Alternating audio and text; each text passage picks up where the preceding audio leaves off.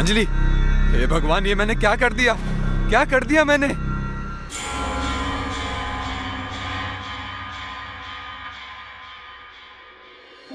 Sir, मैंने अपनी पत्नी अंजलि का खून कर दिया है। क्या?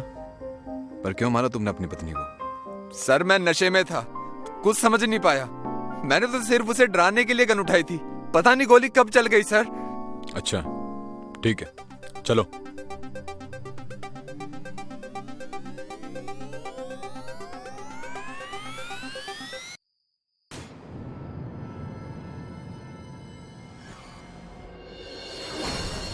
सर, इसी रूम में मैंने अपनी पत्नी को गोली मारी थी। राजन जी, यहाँ पर तो कुछ भी नहीं है। बट सर, मैंने अंजलि को यहीं पर गोली मारी थी। राजन जी, ना तो यहाँ पर आपकी पत्नी की बॉडी है और ना ही फर्श पर खून। सर, ये कैसे हो सकता है? सर, मैं सच कह रहा हूँ, मैंने अपनी पत्नी अंजलि की लाश यहीं पड़ी देखी थी। आप चाहे तो गन चेक कर सकते हैं। सर, राजन सच कह रहा है, इसमें एक गोली कम है। ठीक है, फोरेंसिक डिपार्टमेंट को बुलाओ।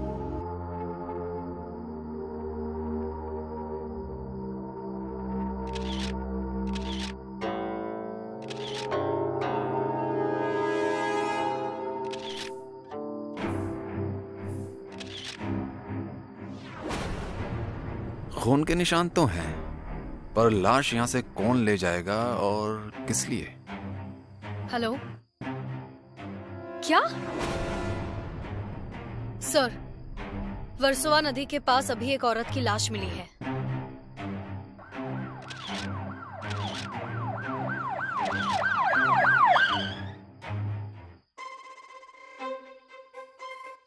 अंजलि? सर, ये मेरी पत्नी अंजलि है। अंजलि! राजन जी, आप बॉडी से दूर रहिए और हमें अपना काम करने दीजिए, प्लीज।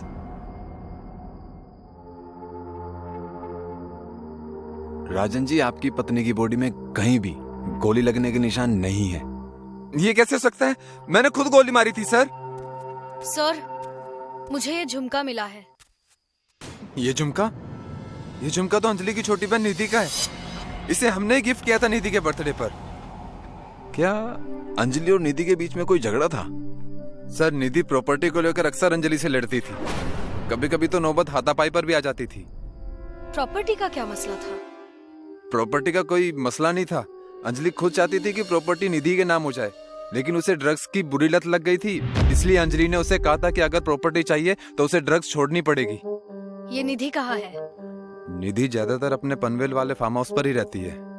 कामिनी, बॉडी को पोस्टमार्टम के लिए भिजवा दो और हम चलते हैं निधि के पास।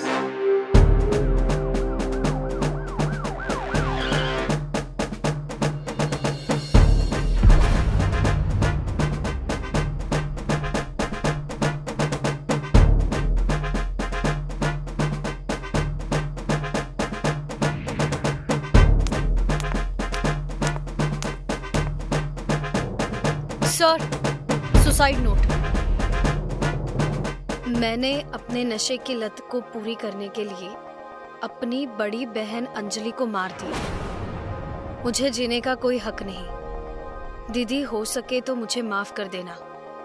आपकी छोटी बहन निधि आपके पास आ रही है। सर, निधि खूनी थी और अब वो नहीं रही। इसका मतलब सर, केस खत्म। कामिनी, जब तक दोनों बॉडी की पूरी रिपोर्ट नहीं आ जाती, ये केस खत्म नहीं होगा। और हाँ, दोनों घर के आसपास के सीसीटीवी अच्छे से चेक करो। Okay sir. सर, अंजलि की बॉडी पर एक बाल मिला है। ठीक है, तुम एक काम करो, निधि की बॉडी को पोस्टमार्टम के लिए भिजवाओ और फोरेंसिक टीम को बोलो कि अंजलि की बॉडी से जो बाल मिला है उसे निधि के डीएनए से मैच करके देखे कि वो निधि के बाल तो नहीं। और इस घर को पूरी तरह सील करके छानबीन करो और देखो कि निधि की हैंडराइटिंग वाली कोई और नोटबुक मिलती है क्या।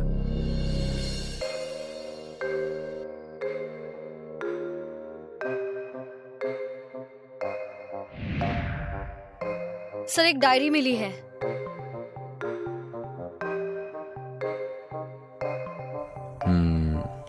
दोनों की हैंडराइटिंग एकदम सेम टू सेम है। तो सर, इसका मतलब निधि को सच में अपनी बहन को मारने का पछतावा था।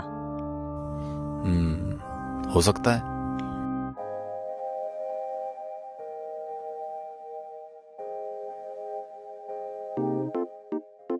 सर, अंजलि की पोस्टमार्टम रिपोर्ट से पता चला है कि उसकी मौत पानी में डूबने से हुई है, लेकिन उसके सर पर एक चोट का निशान भी नहीं है। उसे किसी भारी चीज से मारा गया था, लेकिन ऐसी कोई भी भारी चीज हमें अभी तक नहीं मिली है। कोई नहीं, खून का पता तो चल गया। निधि जिंदा होती तो बता देती वो भारी चीज है कहाँ, लेकिन वो तो। सर, अंजलि की बॉडी पर जो बाल मिला था वो निधि के डीएनए से मैच नहीं हुआ। क्या? इसका मतलब खूनी कोई और है? जी सर, आप सही कह रहे हैं, क्योंकि अंजलि और निधि के घर के पास वाले सीसीटीवी फुटेज को जब मैंने देखा तो एक रेड कैप वाला इंसान नजर आ रहा है, जो दोनों ही जगह पर कैप से आया है।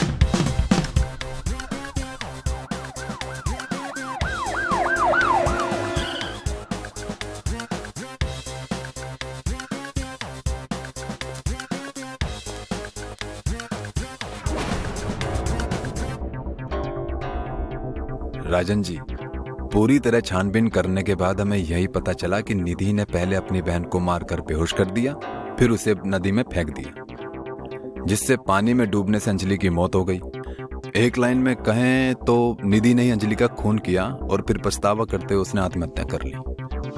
अब जो भी हो, मेरी अंजलि तो नहीं आ सकती ना। राजन जी, खुद को संभालिए। समझ नहीं आ रहा खुद को कैसे संभालूं। मुझे संभालने वाली तो अब रही नहीं।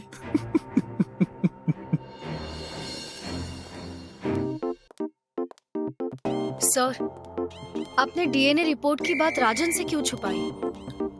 छुपाई नहीं कामिनी, जानबूझकर नहीं बताया ताकि हमें जाल बिछाने का वक्त मिल सके। सर, आप तो कमाल हैं। अपना तो ऐसा ही है। सर, अब आगे क्या करना है? Just wait and watch.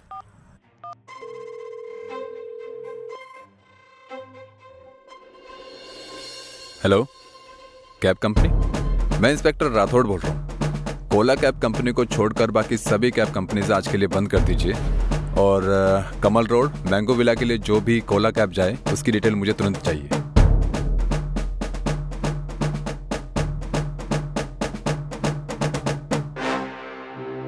Rajan ji, कहीं जाने की तैयारी है क्या? अब क्या बताऊं इंस्पेक्टर साहब, जब से मेरी अंजलि मुझे छोड़कर गई है तब से एक घर मुझे काटने को दौड़ता है। खैर, जो होना था सो हो गया। आप लोग बताइए, यहाँ फिर से क्यों आए हैं? कुछ भूल गए क्या? हाँ, आप बता सकते हैं कि कत्ल वाले दिन अंजलि से कोई और भी मिलने आया था क्या? सर, अंजलि बहुत रिजर्व टाइप की थी, इसलिए घर पर उससे मिलने कभी कोई नहीं आता था। लेकिन आप लोग मुझसे ये सब क्यों पूछ रहे हैं? आप लोगों को तो पता चल गया था ना कि अंजलि को निधि ने ही मारा था। हमें तो ये भी पता चला है राजन जी कि अंजलि की बॉडी में जो बाल मिला है वो निधि का नहीं है। मतलब ये अंजलि और निधि के कत्ल में किसी और का हाथ है। क्या? ये आप क्या कह रहे हैं इंस्पेक्टर साहब? निधि ने खुद सुसाइड नोट में कबूल किया है कि उसी ने अंजलि को मारा है, तो फिर आप ये नई कहानी क्यों बना रहे हैं? कहानी है या हकीकत, वो तो हम आपको बाद में दिखाएंगे, लेकिन फिलहाल आप शहर छोड़कर कहीं नहीं जा सकते।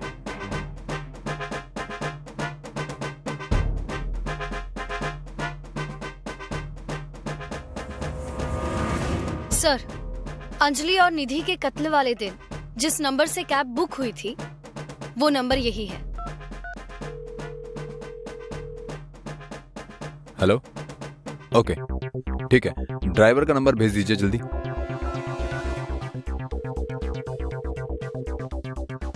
हेलो, मैं इंस्पेक्टर राठौड़ बोल रहा हूँ। मेरी बात ध्यान से सुनो। तुम जहां भी हो उसका लाइव लोकेशन भेजो जल्दी, और जो भी तुम्हारी कैब में बैठकर जाने वाला है उसे धीरे धीरे ले जाकर उसकी जगह पर छोड़ देना।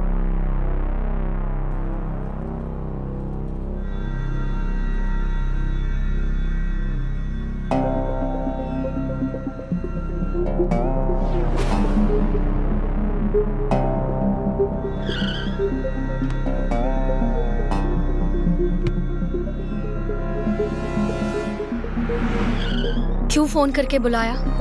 तुमसे एक काम ठीक से नहीं होता। तुम इतनी बड़ी गलती कैसे कर सकती हो? तुम्हें पता है अंजलि की बॉडी पर जो एक बाल मिला है वो निधि का नहीं तुम्हारा है। अब मुझे तुम्हें भी मारना पड़ेगा।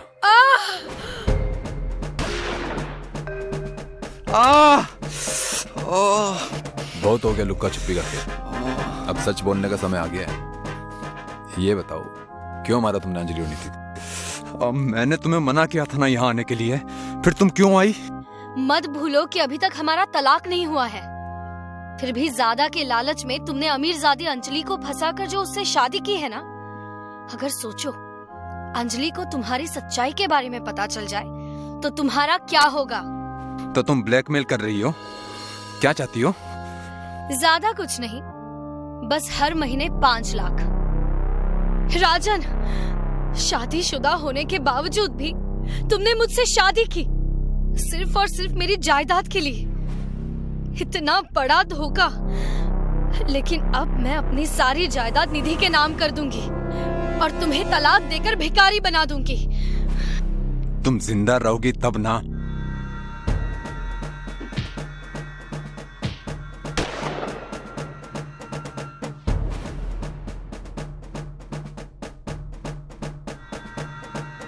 फिर महिमा ने अंजलि को नदी में ले जाकर फेंक दिया।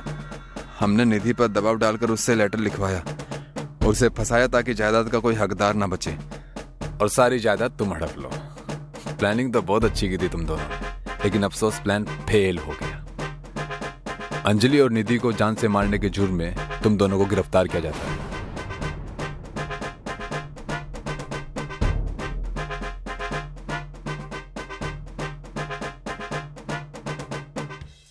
सर, एक बात मुझे समझ में नहीं आ रही कि महिमा तो किसी भी कैब से आ सकती थी, तो वो कोला कैब से क्यों आई? क्योंकि कोला कैब को छोड़कर मैंने सारी कंपनीज को बंद कर दिया था, तो ऑप्शन में सिर्फ कोला कैब ही बचा। समझी? सर, आप तो कमाल है। अपना तो ऐसा ही है।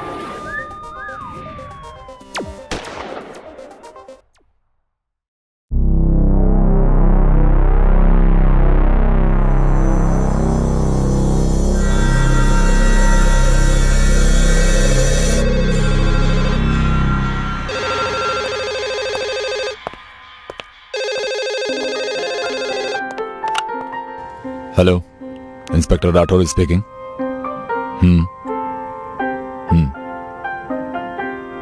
Okay, coming.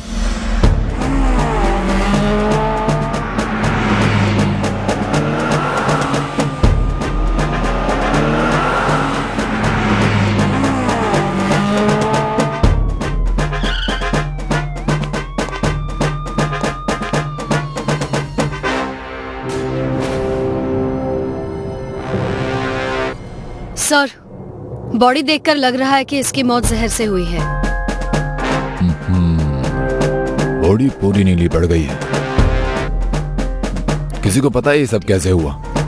सर, हम लोग रेनू का बर्थडे सेलिब्रेट कर रहे थे, फिर रेनू यहाँ वॉशरूम आई थी, फिर अचानक हमें कुछ गिरने की आवाज आई तो हम दौड़कर यहाँ आए तो देखा रेनू मर चुकी है।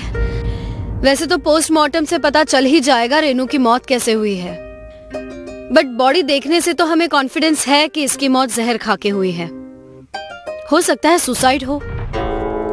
नहीं मैम, रेनू खुद को नहीं मार सकती।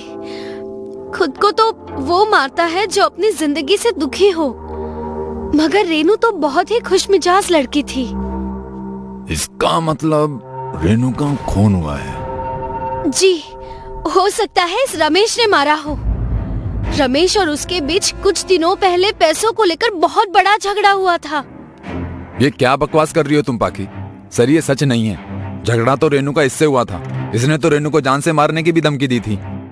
Shut up and cool down. किसने क्या किया है उसके लिए हम हैं, तुम नहीं। तुम सब एक एक करके मीटिंग रूम में आओ।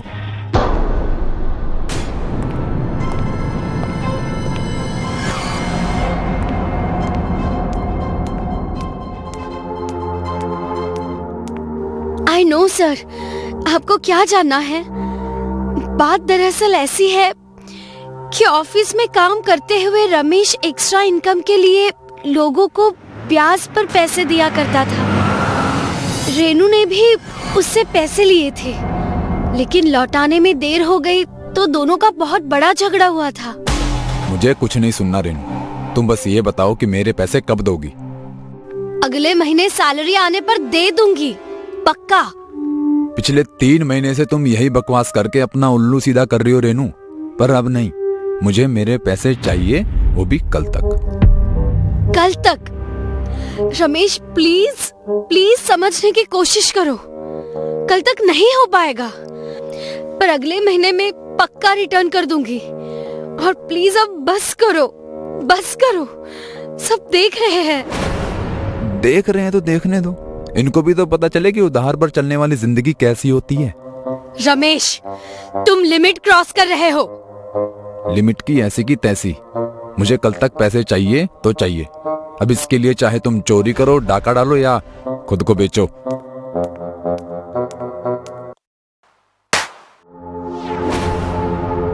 इस थप्पड़ का जवाब तुझे बहुत भारी पड़ेगा रेनू, देख लेना। बस सर, उसी झगड़े के तीसरे दिन ये सब हो गया।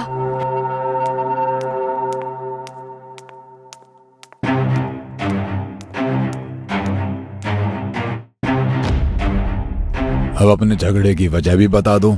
सर उससे क्या पूछते हैं, मैं आपको बताता हूँ कि सच्चाई क्या है। पाकी अपने एक ड्रीम प्रोजेक्ट पर काम कर रही थी, लेकिन रेनू ने उसकी प्रेजेंटेशन चुराकर उसका प्रोजेक्ट हाईजैक कर लिया।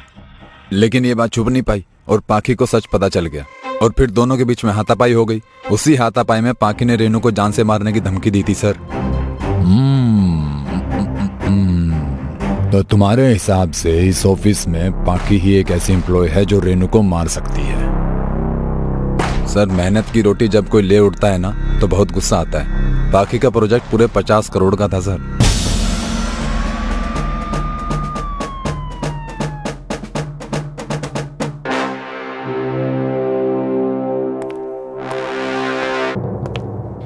सर, फॉरेंसिक रिपोर्ट से पता चला है कि ग्लास पर और ग्लास के ड्रिंक में जहर मिलाया गया था। मतलब सर, कातिल हर हाल में रेनू को मारना चाहता था। उसने ग्लास के बाहर जहर इसलिए लगाया था कि अगर एनी चांस लास्ट मोमेंट पर रेनू ने ग्लास को मुंह लगाकर छोड़ दिया तो भी उसकी मौत पक्की हो जाए। और इससे भी ज्यादा इंटरेस्टिंग बात यह है सर कि ग्लास पर रेनू के फिंगरप्रिंट्स के साथ साथ पाखी और रमेश के फिंगरप्रिंट्स भी हैं। लेकिन कामिनी, अगर ये दोनों ही टीम में हैं, तो खुद को ही पॉइंट आउट करके अपने ही पैरों पर ही कुल्हाड़ी क्यों मार रहे हैं? ये आप क्या बोल रहे हैं सर? मैंने रेनू को नहीं मारा। और सर पैसे लेने देने में ऐसी बातें तो होती रहती हैं। कसम से सर ये सच नहीं है, मैंने नहीं मारा रेनू को सर। झूठ बोलने का कोई फायदा नहीं है रमेश। रेनू के ड्रिंक के गिलास पर तुम्हारे उंगलियों के निशान मिल चुके हैं। हाँ सर, मैंने ही किया था ये सब। रेनू ने मेरी जो इंसल्ट की थी मैं उसे सहन नहीं कर पाया, इसलिए उसे मारने के लिए मैंने उसके ड्रिंक ग्लास के चारों ओर जहर लगा दिया था। जब तुमने ड्रिंक में जहर मिला ही दिया था तो जहर गिलास के बाहर लगाने की क्या जरूरत थी? ड्रिंक में जहर? नहीं सर, मैंने ड्रिंक में कोई जहर नहीं मिलाया था। ड्रामा नहीं, सच बोल।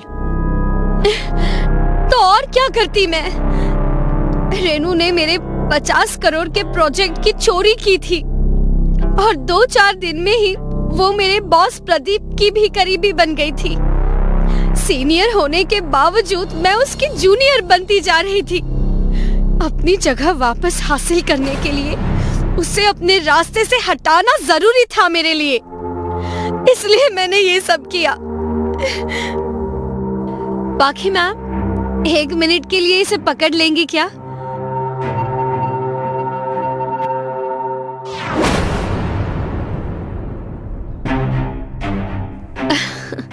Thank you. I'm sorry. I'm sorry.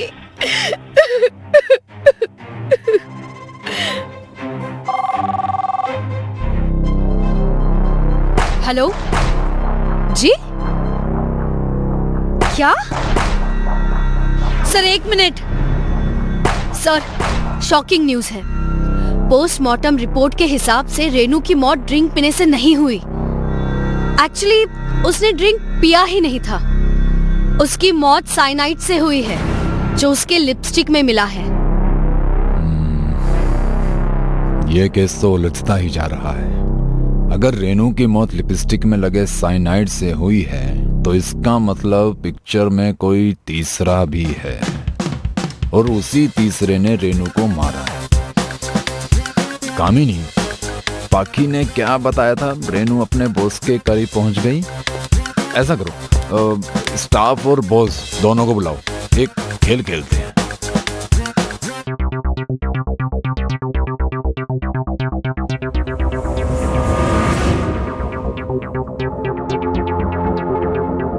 Ji inspector, मैं ही रेनू का बॉस प्रदीप हूँ, लेकिन मेरी समझ में ये नहीं आ रहा कि जब रेनू की मौत के वक्त मैं वहाँ था ही नहीं तो मुझसे क्वेश्चन क्यों किया जा रहा है? जनरली सर, एक टास्क खेलने के लिए आप सबको एक साथ बुलाया है। जो भी इस टास्क में पास हो जाएगा उसे हम बाइज्जत बरी करते जाएंगे। No more further investigation. Kamini, ये रेनू की लिपस्टिक है जो उसने आखिरी बार बाथरूम में लगाई थी। इसे ही आप सबको लगाना है, चाहे लड़का हो या लड़की। नो जेंडर डिफरेंस, सबको लगानी है। शुरुआत कौन करेगा? ऑफ कोर्स शुरुआत प्रदीप जी से होगी। आफ्टर ऑल ये बॉस हैं ऑफिस के, कैप्टन ऑफ द शिप। ये क्या बेहुदा मजाक है? लिपस्टिक तो लड़कियां लगाती हैं, लड़के नहीं। मैं ये नहीं लगाऊंगा। राठौर को ना सुनने की आदत नहीं है प्रदीप जी। लिपस्टिक तो आपको लगानी पड़ेगी। लगाइए।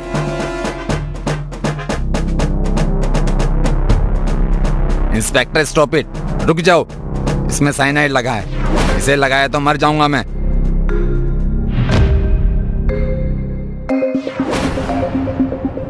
वक्त पर एक्सेप्ट कर लिया sir, thank you. But for your kind information, इसमें आपका साइनाइड नहीं लगा। ये वैसी ही कोई दूसरी लिपस्टिक है। अब आप चुपचाप बताइए, क्यों मारा आपने रेनू को? वो प्रेग्नेंट थी, शादी का प्रेशर डाल रही थी, लेकिन मैं पहले से ही शादीशुदा हूं, बस इसीलिए। अगर ये सच है तो आपके इन्फॉर्मेशन के लिए बता रहा हूँ, रेनू प्रेग्नेंट नहीं थी। व्हाट? फिर वो मुझे ब्लैकमेल क्यों कर रही थी? पैसों और स्टेटस के लिए। लेकिन जब आप तो पार्टी में आए ही नहीं तो आपने ये जहरीली लिपस्टिक उस तक पहुंचाई कैसे? जब मन में चोर छिपा हो तो वो हर काम चोरी से करता है इंस्पेक्टर। मैं वहां चोरी से पहुंचा था, किचन की खिड़की से, और जहर लगी लिपस्टिक गिफ्ट करके चला गया। हर जुर्म की सजा यही मिलती है प्रदीप जी। हम चाहकर भी अपने गुनाहों से बचकर भाग नहीं सकते। फांसी तो तुम्हें जरूर होगी। पापा, आपके अकाउंट्स में 2 लाख रुपए कम है। आपने किसी को दिए हैं क्या? ऐसा कैसे हो सकता है? मैंने तो कोई अमाउंट ट्रांसफर ही नहीं किया। अरे मैंने पूरे पीएफ के पैसे निकिता की शादी के लिए रखे थे बेटा। अरे अब क्या होगा? ऐसा कैसे हो सकता है? आपने यदि किसी को दिए नहीं है तो पैसे कहाँ गए? कहीं हमारे साथ कोई फ्रॉड तो नहीं हो गया? मैं अभी बैंक जाकर पता लगाता हूँ।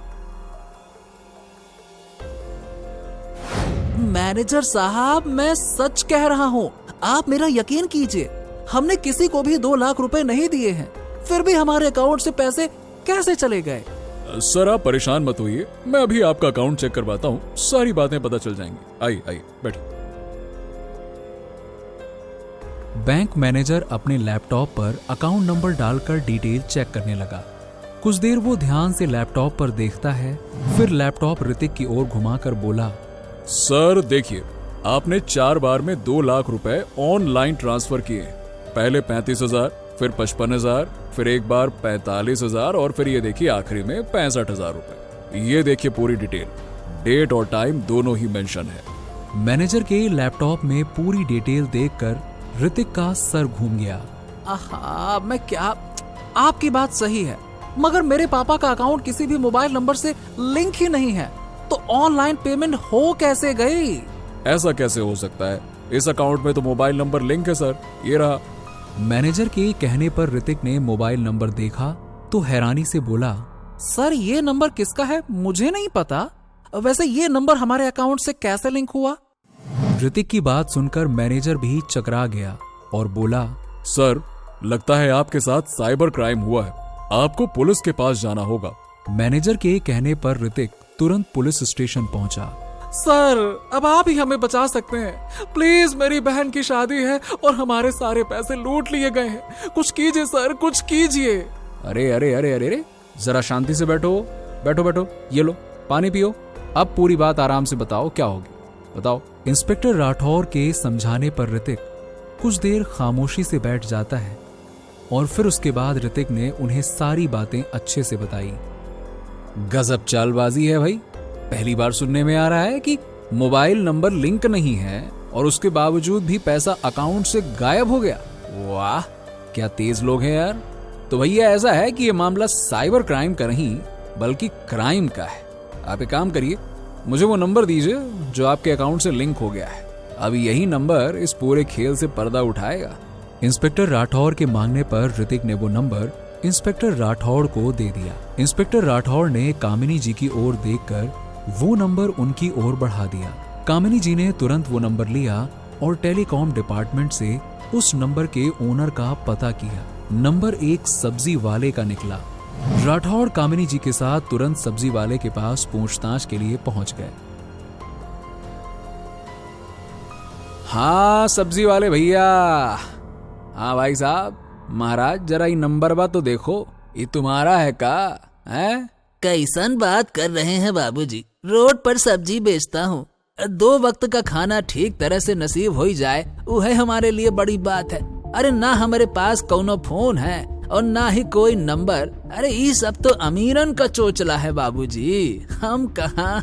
इंस्पेक्टर राठौर को उसकी बात पर यकीन नहीं हुआ, इसीलिए इंस्पेक्टर राठौर ने अपने 2 आदमियों को सब्जी वाले के पीछे लगा दिया। उन लोगों ने भी आकर बताया कि वो तो बहुत ही गरीब इंसान है, सब्जी वाला अपनी जरूरतें भी पूरी नहीं कर पा रहा है। अब इंस्पेक्टर राठौर सोच में पड़ गए क्योंकि ये क्राइम बहुत सोच समझ कर किया गया था। तो कामिनी जी, अब सीधा मैनेजर साहब को बुलवाइए आप। अब तो उनसे ही पूछताछ करनी होगी, बुलवाइए। इंस्पेक्टर राठौर के बुलाने पर मैनेजर वहां पर आ गए। बताइए सर, मैं आपकी क्या मदद कर सकता हूँ? देखिए, आपके बैंक के खिलाफ एक FIR दर्ज हुई है, तो उसी सिलसिले में आपको यहाँ बुलाया है। मुद्दा ये है साहब, अब इस पूरे कांड में आपके बैंक का अंदर वाला भी कोई शामिल है। क्योंकि अकाउंट किसी और का, मोबाइल नंबर किसी और का, लिंक कैसे हो गया मैनेजर साहब? हैं? कैसे हो गई इतनी बड़ी लापरवाही? अब सर, मैं मानता हूं कि हमारे स्टाफ से गलती हो गई, मगर प्लीज सर इस बात को यहीं दबा दीजिए, और वरना हमारे बैंक की बहुत बदनामी हो जाएगी। आपके बैंक की बदनामी किसी के जीवन भर की जमा पूंजी से ज्यादा बढ़कर नहीं है मैनेजर साहब। आप जल्दी अपने बैंक का इंटरनल ऑडिट कीजिए और ऐसे छोटे मोटे खातों में लिंक्ड नंबर की पूरी तरह से जांच कीजिए। आशा है आप हमारी जांच में पूरा सहयोग देंगे ना? सर, हम लोग जनता की सेवा के लिए ही हैं। आपकी मदद करके हमें खुशी होगी। इसी खुशी में एक और बात सुनिए, आपकी टीम के साथ हमारी टीम लीडर कामिनी जी भी आपके साथ रहेंगी, है ना? कामिनी जी, बैंक मैनेजर और एक CA मिलकर बैंक का इंटरनल ऑडिट कर रहे थे। तभी एक व्यक्ति उनसे मिलने आया और उसने भी अपने अकाउंट से 1.5 लाख रुपए गायब होने की शिकायत दर्ज कराई। मैनेजर ने तुरंत उसका अकाउंट चेक किया और अकाउंट से लिंक मोबाइल नंबर उस व्यक्ति को बताया, तो उस व्यक्ति ने भी साफ मना कर दिया कि ये नंबर उसका नहीं है। अब मैनेजर भी परेशान हो गया था क्योंकि ये उसके बैंक का दूसरा केस सामने आया था जिसमें एक और अकाउंट होल्डर के साथ सेम फ्रॉड हुआ। उन्होंने तुरंत इंस्पेक्टर राठौर को इस बारे में बताया। वो नंबर चेक किया गया तो वो नंबर बैंक के प्यून के नाम से रजिस्टर था। इंस्पेक्टर राठौर और मैनेजर ने जब बैंक के प्यून को बुलाकर पूछताछ की तो वो नंबर उसका नहीं था। इंस्पेक्टर राठौर और मैनेजर दोनों हैरान परेशान होकर एक दूसरे की ओर देख रहे थे। अब तो ये बात साफ है कि इसमें बैंक का कोई बड़ा अधिकारी मिला हुआ है। क्यों मैनेजर साहब, कहीं आप तो इन सब में शामिल नहीं है? सर, ये आप कैसी बातें कर रहे हैं? मुझे तो इस बारे में कुछ पता ही नहीं है। वाह मैनेजर साहब वाह, आपके नाक के नीचे इतना बड़ा स्कैम हो गया और आपको कुछ पता ही नहीं है। सुनिए, अब तुरंत आपके सारे बैंक अकाउंट से लिंक नंबर की जांच करिए। वो उसके ओनर के हैं या नहीं है पता करिए आप, और जो मोबाइल नंबर उसके ओनर के नहीं है उस अकाउंट को कुछ समय के लिए सीज कर दीजिए।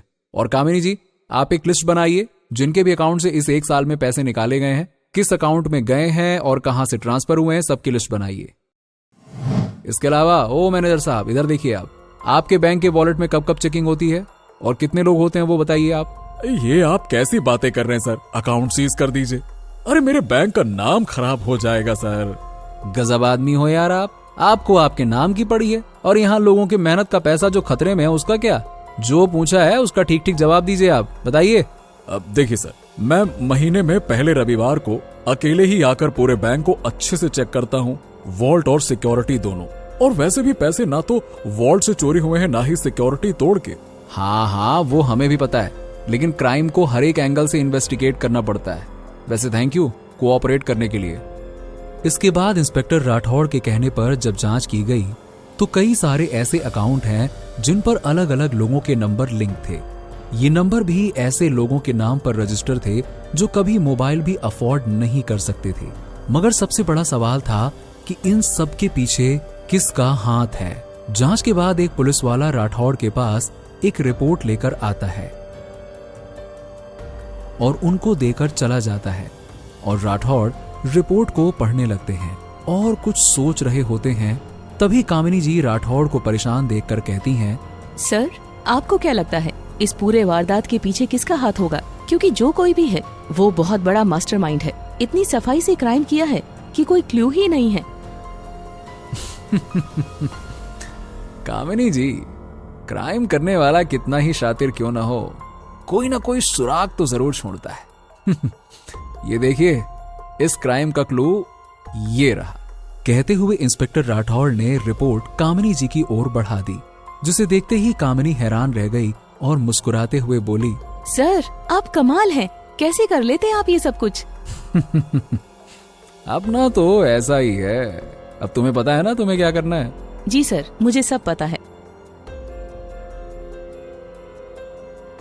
कहकर कामिनी और राठौड़ दोनों बैंक जाते हैं और वहां काम करने वालों से लेकर मैनेजर को सबको एक कैबिन में बुलवाते हैं। अब ये सब कुछ क्या है सर? आप मेरे बैंक में हुए क्राइम के क्रिमिनल को तो ढूंढ नहीं रहे, उल्टा आप मेरे बैंक में आकर एम्प्लॉयज को अलग परेशान कर रहे हैं। क्या आप जानना नहीं चाहेंगे कि आपका मुजरिम कौन है? आखिर कौन है वो मास्टरमाइंड? हाँ, जरूर जानना चाहते हैं, लेकिन आपने तो सभी को ऐसे बुलाया जैसे सारे के सारे चोर हैं। आप सभी को इसीलिए बुलाया है क्योंकि मुजरिम आप सब में से ही कोई है। कौन है? आप बस नाम बताओ सर, मैं उसको अभी जॉब से निकाल दूंगा। अरे मासूम गरीबों का पैसा कौन खा रहा है? अरे कौन है तुम लोगों में से? बताओ, आप बस नाम बताओ सर, मैं उसको अभी जॉब से निकालता हूँ। इसकी हिम्मत कैसे हुई? आहा, मैनेजर साहब शांत हो जाइए, आप उसको जॉब से निकाल ही नहीं सकते हैं। अरे निकाल सकता हूँ, आप बस एक बार नाम तो बताओ सर उसका। हम आपको उसकी फोटो दिखा देते हैं, फिर आप ही बताना हमें उसके साथ क्या करना चाहिए। हाँ हाँ, दिखाओ आप। कामिनी एक फोटो फ्रेम लेकर आती है और मैनेजर को दिखाती है और उसको देख मैनेजर गुस्से में उस फ्रेम को फेंक देता है और कहता है, ये सब क्या है? आप लोग मुझे क्यों फंसा रहे हैं? असल में कामिनी एक शीशा लेकर आई थी जिसमें मैनेजर खुद को देखकर भड़क जाता है। अब मैनेजर साहब, आप खुद से बताएंगे कि आपने कितने लोगों का पैसा अपने अकाउंट में ट्रांसफर किया है या फिर मैं आपको बताऊं? आप क्या कह रहे हैं? मुझे कुछ समझ नहीं आ रहा है। चलिए मैं समझा देता हूँ, दिक्कत क्या है। क्राइम करते वक्त मुजरिम खुद को कितना भी इंटेलिजेंट क्यों ना समझ ले, लेकिन कोई ना कोई गलती जरूर करता है। और आपने तो क्या ही कहना है, 2 बड़ी गलती कर दी। सबसे पहले आपने क्राइम के लिए बैंक के छोटे छोटे ग्राहकों की लिस्ट बनाई जो बैंक में पैसा सेविंग के लिए रखते हैं, साल 6 महीने में एक बार अपने बैंक अकाउंट में पैसे जमा करवाते हैं या निकालते हैं। उन ग्राहकों के अकाउंट को आपने गरीब लोगों के आधार कार्ड के जरिए कई जाली सिम बनवाली और उन नंबरों को अपने बैंक अकाउंट से जोड़ दिया और फिर उन सिम के जरिए पैसा विड्रॉ किया। मैंने ऐसा कुछ नहीं किया जो आप बता रहे हो। मैं सिर्फ बता नहीं रहा हूँ, साबित कर सकता हूँ। चलो बताता हूँ मैं आपको। अब पहली बात तो ये कि आपने कहा कि हर महीने के पहली संडे आप बैंक आकर सिक्योरिटी और वॉल्ट चेक करते हो, है ना? हाँ, तो इसमें मैं कैसे मुजरिम हुआ? अरे आगे भी तो सुनो मैनेजर साहब, तुम ये रिपोर्ट देखो जहां साफ साफ दिख रहा है कि लोगों के साथ फ्रॉड हर महीने के पहले संडे को ही हुआ है। और चलो मान लिया कि ये एक कोइंसिडेंस हो सकता है, लेकिन जिस सर्वर से पैसा एक अकाउंट से दूसरे अकाउंट में ट्रांसफर किया गया वो तो आपके बैंक का सर्वर निकला। और संडे वाले दिन जिस दिन आप बैंक आए, उस दिन तो कोई और बैंक आया ही नहीं होगा। तो आपके अलावा सर्वर और कौन इस्तेमाल करेगा? और दूसरी गलती ये कि आपने जो पेमेंट गरीबों के अकाउंट से चोरी की, वो आपने क्या दिमाग लगाया, अपने ही दूसरे अकाउंट में ट्रांसफर कर लिया, और उसकी डिटेल्स भी इसी रिपोर्ट में है। वाह, गजब दिमाग लगाया। मेरा काम अच्छा खासा चल रहा था, अगर तुम इस मामले में नहीं आते तो। जितनी सफाई से आपने क्राइम किया था, उसे देखकर लगा नहीं था कि आप इतनी आसानी से पकड़ में आओगे, मगर आपकी एक गलती ने आपको फंसा दिया मैनेजर साहब, हैं? कहते हुए इंस्पेक्टर राठौड़ हंस रहे थे और दूसरा पुलिस वाला मैनेजर को पकड़ लेता है। सर, आप कमाल है, इतने छोटे से लूप होल से आपने क्रिमिनल को पकड़ लिया। अपना तो ऐसा ही है कामिनी जी। आधी रात को तकरीबन 2 बजे शीशा समर के साथ गाड़ी में दिल्ली से मुंबई अपने ससुराल जा रही थी। शादी के बाद पहली बार वो ससुराल जा रही थी। शीशा और समर एक दूसरे से बहुत प्यार करते थे। गाड़ी में बैठे वो अपनी आगे के फ्यूचर के बारे में डिस्कस कर रहे थे। समर, आज मैं बहुत खुश हूँ। फाइनली तुम्हारे घर वालों ने हमारी शादी को एक्सेप्ट कर ही लिया। हाँ, इस बात से तो मुझे भी बहुत खुशी हो रही है। मुझे तो यकीन ही नहीं हो रहा है कि पापा ने तुम्हें अपनी बहू के रूप में एक्सेप्ट कर लिया। नहीं तो तुम जानती ही हो कि जब हमने शादी की थी तब मेरे सारे घर वाले तुमसे कितना नाराज थे।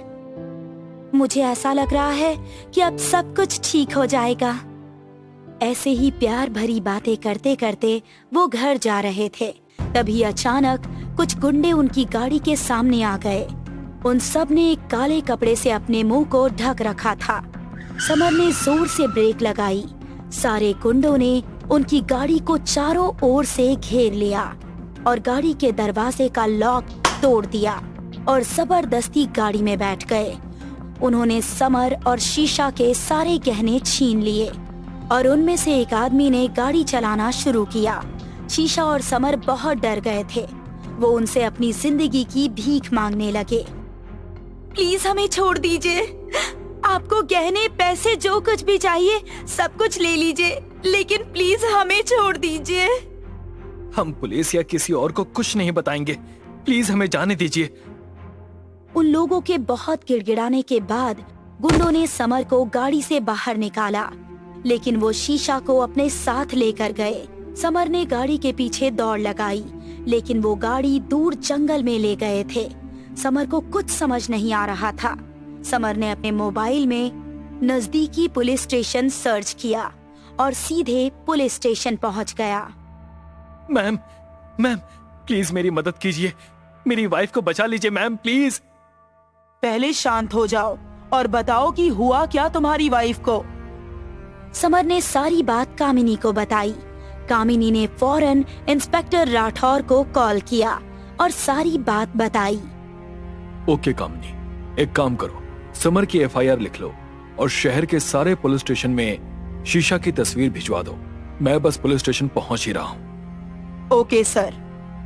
कामिनी ने समर की एफआईआर लिखी। कुछ ही देर में इंस्पेक्टर राठौड़ पुलिस स्टेशन पहुंचे। सारी बात जानने के बाद इंस्पेक्टर राठौड़ ने समर से उसकी गाड़ी की तस्वीर ली और शहर के सारे चेक पोस्ट पर पुलिस को इन्फॉर्म कर दिया। चेक पोस्ट पर समर की गाड़ी की तलाश शुरू कर दी गई। कामिनी, इंस्पेक्टर राठौड़ और समर इंसिडेंट प्लेस पर पहुंचे। तभी समर के मोबाइल पर उसके घर वालों का कॉल आ गया। बेटा, कहाँ हो तुम सब लोग? हम कब से तुम्हारी राह देख रहे हैं। इतनी देर क्यों लग रही है तुम्हें? समर ने रोते हुए सारी बात अपने पापा को बताई। बेटा तुम घबराओ मत, बहू को कुछ नहीं होगा, तुम पहले घर आ जाओ। समर ने बताया कि वो पुलिस के साथ है और जब तक शीशा का पता नहीं लगता वो शांत नहीं बैठेगा। पुलिस अपनी छानबीन कर रही थी। पूरा दिन बीत गया लेकिन शीशा का कुछ पता नहीं चला। समर मायूस चेहरे के साथ अपने घर गया। घर वाले सभी टेंशन में थे। पुलिस की तलाश जारी थी। सर, आपको क्या लगता है कौन कर सकता है ये सब? हमका तो लागत है कुछ तो गोल मटोल है ही केस में। बात तो तुम्हारी सच है लल्लू पटेल, गोल मटोल तो है। पुलिस ने समर के घर वालों से बात की, लेकिन उन्हें कुछ खास जानकारी नहीं मिली। फिर कामिनी ने समर के घर के पड़ोसी से बात की। तब उन्हें पता चला कि समर के पिता शीशा और समर की शादी के सख्त खिलाफ थे, क्योंकि शीशा एक मॉडल थी। लेकिन समर शीशा से प्यार करता था, इसीलिए उन्होंने शादी कर ली। लेकिन समर के पापा ने उनकी शादी को एक्सेप्ट नहीं किया था, इसलिए समर और शीशा ने घर छोड़ दिया और दिल्ली में जाकर रहने लगे। पुलिस का सीधा शक समर के पापा के ऊपर गया। पुलिस ने समर के पापा को अपने गिरफ्त में ले लिया। तब समर के पापा ने बताया कि पहले उन्होंने शीशा को अपनी बहू के रूप में एक्सेप्ट नहीं किया था, लेकिन अपने बेटे को खो देने के डर से उन्होंने शीशा को एक्सेप्ट कर लिया। लेकिन पुलिस को अभी भी समर के पापा पर शक था। एक दिन समर जब पुलिस स्टेशन जा रहा था, तब उसे शीशा का मेकअप आर्टिस्ट दिखाई दिया, जो दिल्ली में शीशा का शूट से पहले मेकअप किया करता था। समर को याद आया कि जब भी वो शीशा से मिलने उसके स्टूडियो जाया करता था, तब वो मेकअप आर्टिस्ट उसे घूरता रहता था और शीशा को भी अजीब तरह से देखता था। उसका अचानक मुंबई में आना समर को कुछ अजीब लगा। वो उससे बात करना चाहता था, लेकिन तब तक वो लड़का वहाँ से निकल गया था। समर ने जल्दी से पुलिस स्टेशन जाकर पुलिस को इन्फॉर्म किया। कुछ घंटे बाद पुलिस ने उस लड़के को गिरफ्तार कर लिया था। उस लड़के ने बताया कि उसका नाम सलीम है। सर, मैं तो शीशा मैम का सिर्फ मेकअप आर्टिस्ट हूँ। हाँ, वो दिखने में बहुत खूबसूरत थी, इतनी खूबसूरत थी कि उनके चेहरे से नजर नहीं हटती थी। लेकिन सर, कुछ भी हो जाए, हम अपनी औकात तो नहीं भूल सकते ना। शीशा मैम एक फेमस मॉडल थी और मैं एक मेकअप आर्टिस्ट, मेरी उनसे क्या बराबरी सर। ओके, तुम जा सकते हो। Thank you sir. सलीम के जाने के बाद सर, आपने उसे ऐसे ही क्यों छोड़ दिया? मुझे तो वो बेगुनाह नहीं लगता। जरूर वो इस किडनैपिंग में शामिल है। हाँ सर, हमको भी यही लागत है।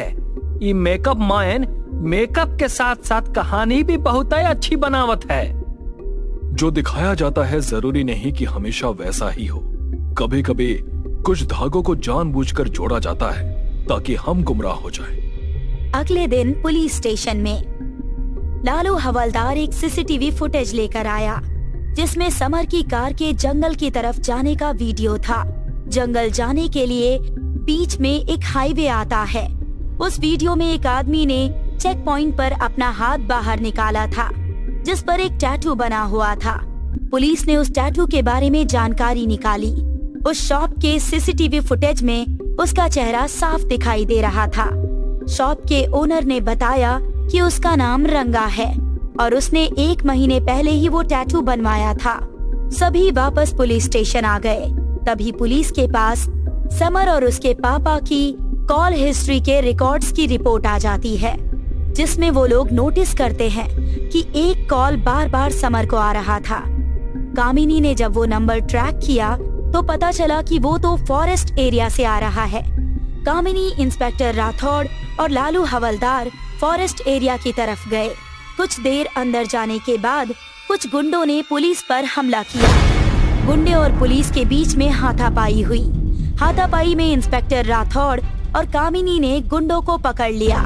हाथापाई के बीच इंस्पेक्टर राठौड़ ने देखा कि ये वही गुंडा है जिसने हाथ पर टैटू बनवाया है।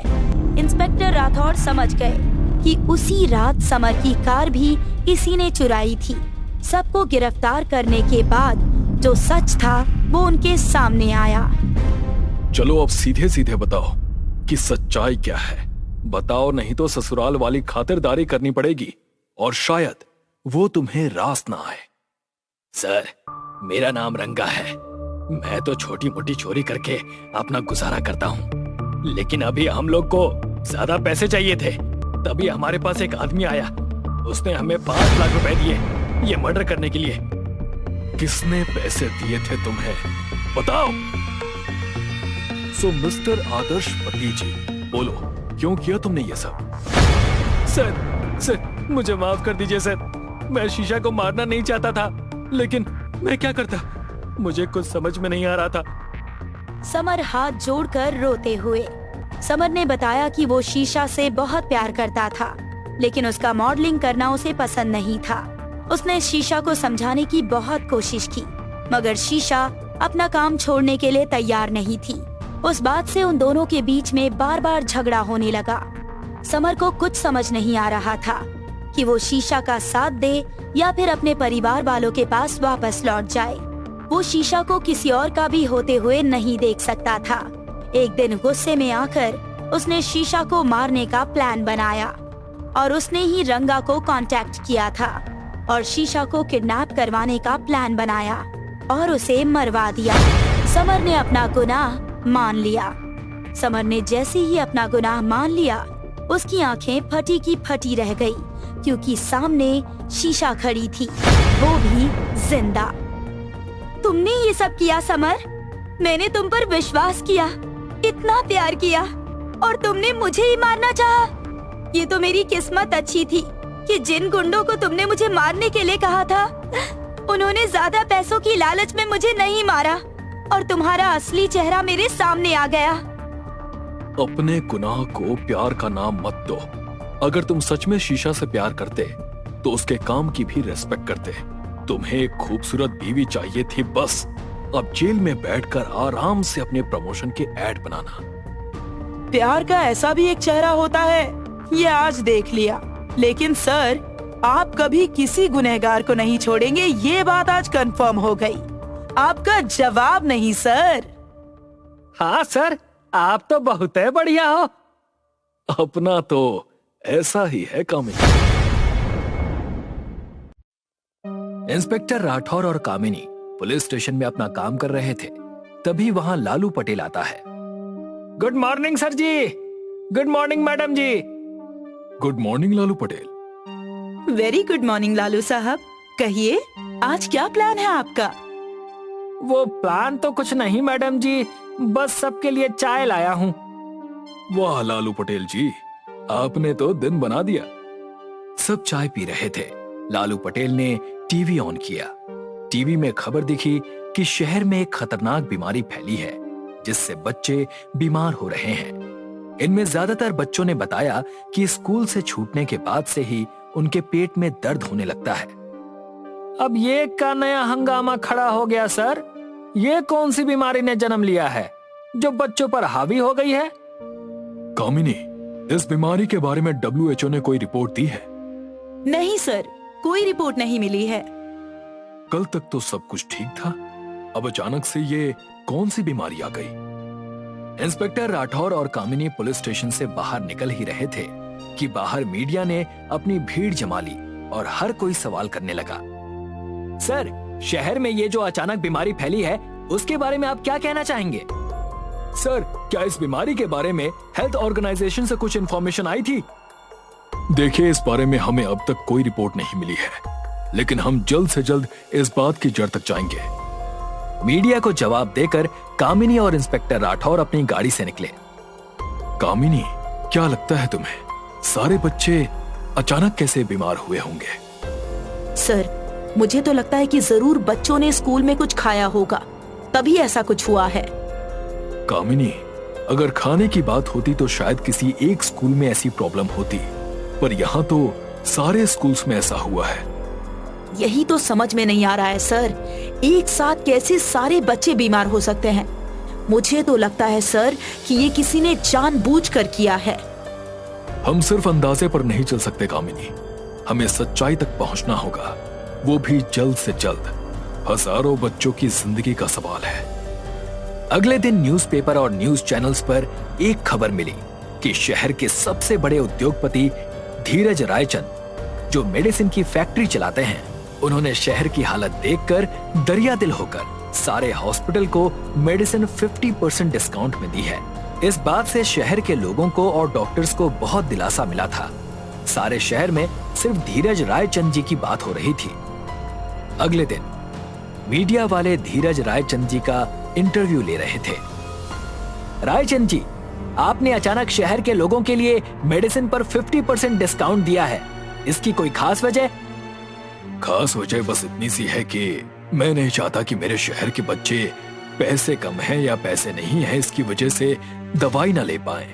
मैं चाहता हूं कि हमारे शहर के सारे बच्चे इस बीमारी से लड़कर फिर से पहले जैसे हो जाएं। ऐसा कहकर रायचंद वहां से निकल गए। सर, एक बात समझ नहीं आ रही है सर। कुछ हफ्तों पहले तो रायचंद जी की मेडिकल कंपनी डूबने को आई थी, पूरी तरह से घाटे में थी। फिर अब ऐसा क्या हुआ कि ये कंपनी अपना इतना लॉस इतनी आसानी से एक्सेप्ट कर रही है? उसी दिन शाम को रायचंद पुलिस स्टेशन आए। Welcome Raichand sir, welcome. बताइए आज कैसे आना हुआ? कोई खास वजह? वजह आपको पता नहीं ऐसा तो नहीं हो सकता, लेकिन मैं फिर भी बता देता हूँ। आप तो जानते हैं कि शहर की हालत फिलहाल क्या है। रायचंद ने कहा कि वो शहर के बच्चों को बचाने में सबकी हेल्प कर रहा है। अगर पुलिस स्टेशन में भी उनकी कोई जरूरत पड़ती है तो वो बेझिझक उन्हें बता सकते हैं। अच्छा लगा आपकी बात सुनकर। अगर आपकी जरूरत पड़ी तो हम जरूर आपको बताएंगे। रायचंद वहां से चले गए। कितने गुणी आदमी हैं रायचंद साहब। हाँ, खुद घाटे में हैं, लेकिन शहर के बच्चों को बचाना चाहते हैं। 2 दिन बाद बच्चों की तबीयत में सुधार आने लगा। इंस्पेक्टर राठौड़ ने इन्वेस्टिगेशन चालू रखी। स्कूल के आसपास के सभी कैमरास चेक किए। उन्हें एक बात समझ में आ गई थी कि सभी स्कूल के सामने एक आइसक्रीम वाला खड़ा रहता था, जो बच्चों को स्कूल छूटने के बाद आइसक्रीम बेचता था। इंस्पेक्टर राठौड़ ने सबको अरेस्ट करने के लिए कहा। कुछ ही घंटों में सारे आइसक्रीम वालों को गिरफ्तार कर लिया गया, लेकिन किसी को कुछ पता नहीं था। सर, हम तो सीधे साधे मामूली आदमी हैं। हम में इतनी ताकत नहीं कि हम ऐसा वैसा कुछ गलत काम करें।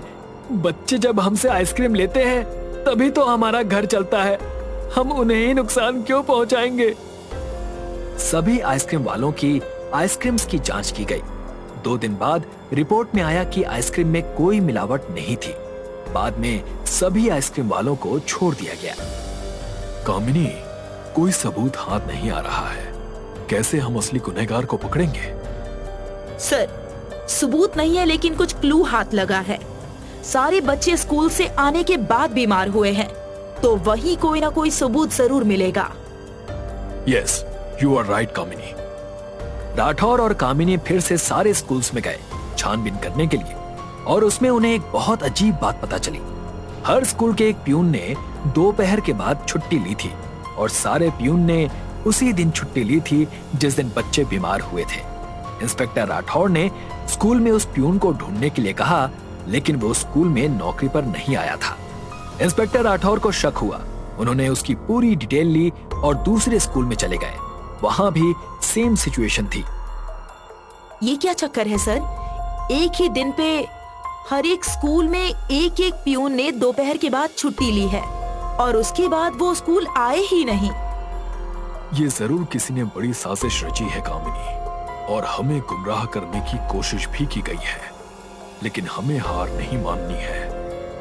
Yes sir. इंस्पेक्टर राठौड़ ने सारे स्कूल के प्यून की तस्वीरें ली और उनकी छानबीन शुरू कर दी।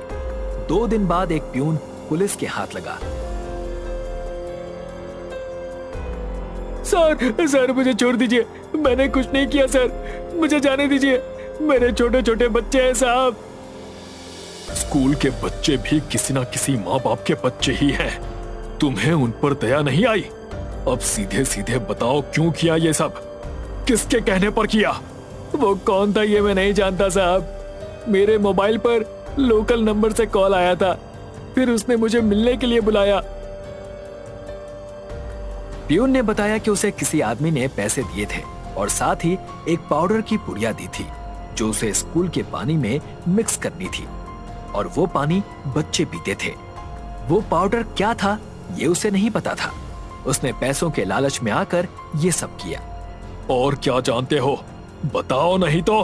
प्यून ने बताया कि वो उस आदमी को नहीं पहचानता, लेकिन उस आदमी के हाथ पर आर लिखा हुआ है। जब वो उसे पैसे दे रहा था तब उसने देखा था। वाह, मानना पड़ेगा आपको।